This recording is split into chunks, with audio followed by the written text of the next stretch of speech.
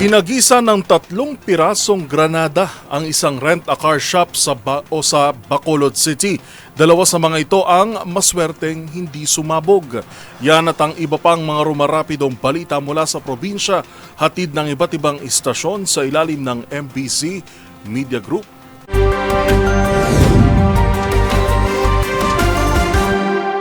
Kinonfirma ng Explosives Ordnance Division o EOD sa lungsod ng Bacolod, 3 mga granada ang inihagi sa isang rent-a-car shop sa Procvilla, Banga Sagrado, Barangay Tangub, lungsod ng Bacolod.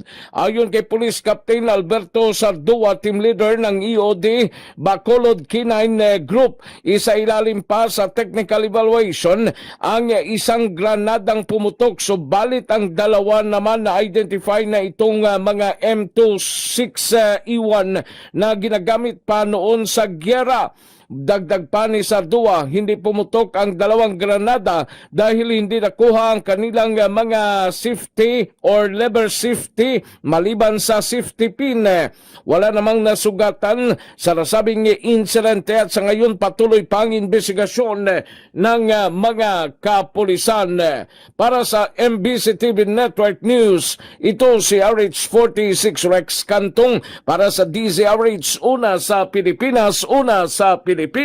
Dugo ang sinugod sa Asingan Community Hospital ang motorcycle rider na kanilalang si Eric Lasate, nasa ustong gulang at residente ng Asingan, at ang angkas nitong minor de edad matapos silang maaksidente, subalit idiniklara ng dead on arrival ng attending physician ng minor de edad.